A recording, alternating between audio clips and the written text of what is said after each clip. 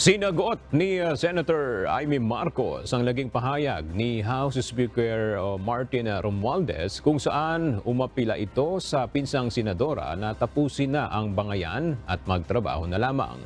Nakiusap si Speaker Romualdez kay Senator Amy na hindi kailangan ng bastusan, lalo't hindi ito magandang ehemplo sa mga kabataan.